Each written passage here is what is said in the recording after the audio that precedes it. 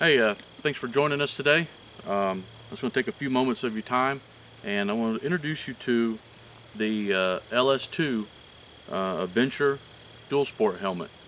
Currently been using this helmet for at least 4 or 5 months now. I got 1,200 plus miles in this helmet, and so far it's extremely happy with it. Extremely comfortable. We've had some dual sport rides where I've ridden this helmet for 10-12 hours a day in the middle of the summer, and it's just extremely comfortable.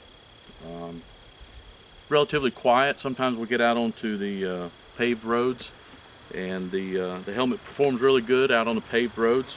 You know, there is a when you're dealing with dual sport helmets, they have a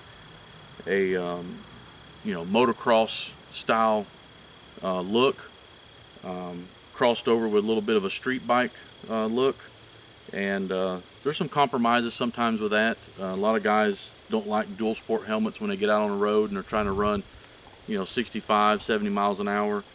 They don't like the way the wind may push the helmet around, but this helmet performs really good. I've ridden it up to at least 65 miles an hour, but just to test it out. I really don't like riding that fast on the asphalt, but no issues. The helmet has a nice shape to it, and what they've done is they've come in and put some nice reliefs in the visor or peak to allow a lot of air to actually come through and escape without grabbing the visor and twisting your head around, and it works really well. I like that feature. There's some nice vents that are easy to close and open on top of the helmet right here. There's also one right here in the chin of the helmet that you can open and close. I went with the tinted shield. Works really great in the sunny days. Of course, super early morning or riding after hours, after the sun goes down, you don't want the tinted shield. You definitely need to carry a pair of goggles with you. You can easily flip this up, and you can still wear goggles with this helmet, even with the shield. You can even put goggles on and actually pull the shield down over the goggles if you needed to, if you had a clear one. One thing that's really nice is the visor stays in just about every position that you put it in. I normally ride with it gently just cracked open to allow some airflow to hit my face. That's nice, when it's warm outside. You definitely want some air coming across your face. It just helps make you more comfortable. There's no distortion. I really like the profile of the visor when you're looking through the visor out. Hardly any, or just not noticeable, or just no distortion. Sometimes with a curve like that in a visor, it gives some distortion when you're looking out of it, but I haven't really noticed anything that's affecting my vision, so no issues there. The helmet is really light. Again, very stylish. I got my Pro Shot GoPro mounted on the front of it.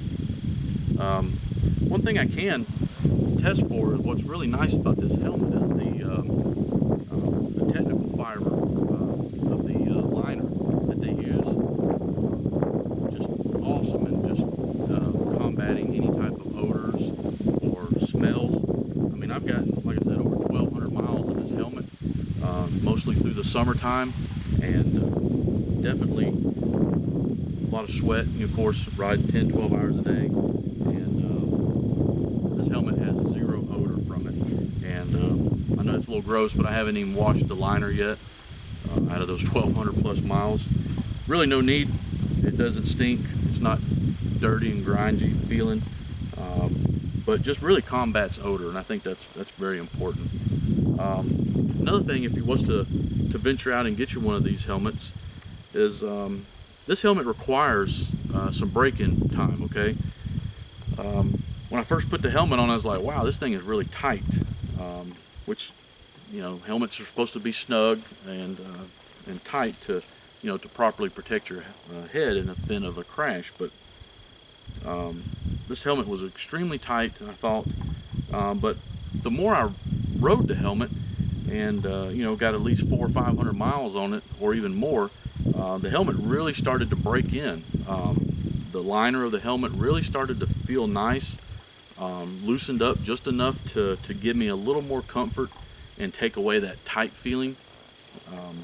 So you may notice that if you buy one of these. The sizing seems to be spot on. I typically can wear an extra large helmet in most all brands, and so the sizing seems really good. But when you purchase one, my recommendation is make sure you ride it and get it good and broken in, and I think you'll be happy with it. The cheek pads in these helmets are laser cut out of a solid piece of foam for long-term durability. They're not multi-layers stacked on top of each other. It's got a conventional buckling system, nothing fancy there. I like it, it's nice and simple. But an awesome helmet, enjoying it greatly. The guys at LS2 I think have done pretty good homework and got a good design here. So make sure you check these guys out, and thank you for sticking around and watching our videos, and we're going to get this helmet strapped back on and get back to riding. Thank you.